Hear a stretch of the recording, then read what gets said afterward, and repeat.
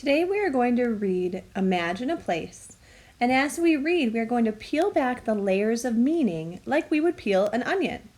We are going to examine how meaning is created through the use of similes and metaphors. Take a minute and think to yourself, what is a simile? A simile is a type of figurative language where an author compares two things using the words like or as. Did you get it right? An example of a simile is, we're like two peas in a pod. This phrase uses the word like to compare two people to a set of peas. It means that two people are close, they're friends. Now that you know what a simile is, ask yourself this: what is the metaphor? Take a minute to think about it. A metaphor is a comparison that does not use like or as.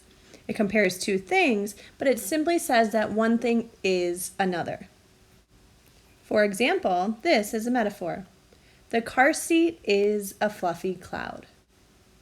This metaphor is comparing the car seat to a fluffy cloud, meaning that the car seat is very soft and comfortable. Now that you're familiar with similes and metaphors, let's keep going. Writers use figurative language in poetry to create deeper meanings. Poets want to enable us as readers to open our minds and use our imaginations to see new possibilities. Let's look back at Imagine a Place and notice some examples of figurative language. This is the chart that we'll be completing today. So during this video, just watch the video, and then afterwards you'll be completing the chart on your own using a different poem. So I'm going to read out loud, and I want you to listen for any similes or metaphors.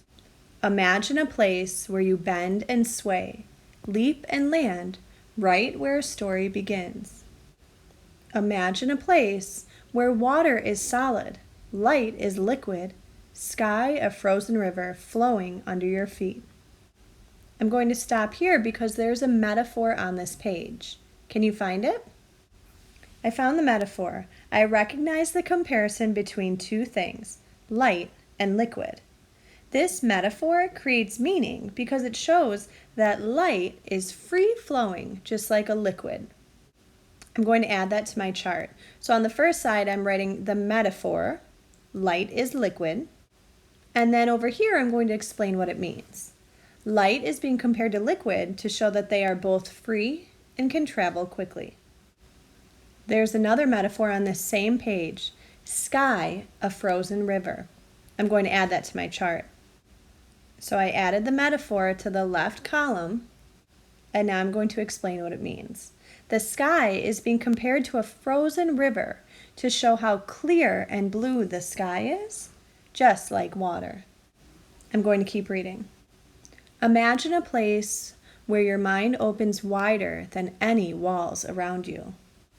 Imagine a place where freedom is as sweet as falling water, light as a feather welcomed into the gentle air. Do you notice the figurative language on this page? There's two, but here's the first one. Where freedom is as sweet as falling water. I'm going to add that simile to my chart.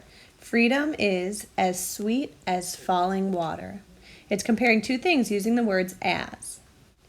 Now I'm going to write what that means.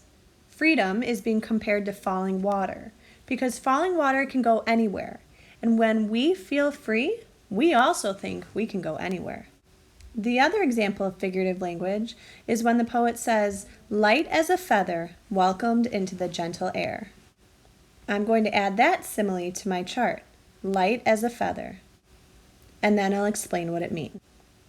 The weight is being compared to a feather, showing that it is a wisp, that it's very light. So they're comparing the weight of something to a very light feather, showing that it's not very heavy at all.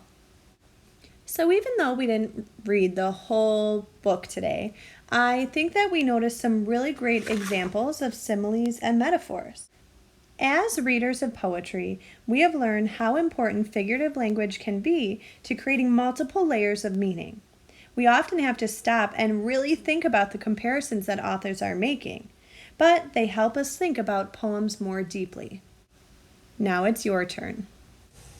You are going to read this poem And as you're reading, pay special attention to any similes or metaphors. Then you will complete this chart. Writing the simile or the metaphor on this side, don't forget to add whether it's a simile or a metaphor, and then explaining what that comparison means. By identifying similes and metaphors, it helps us to understand the poems better.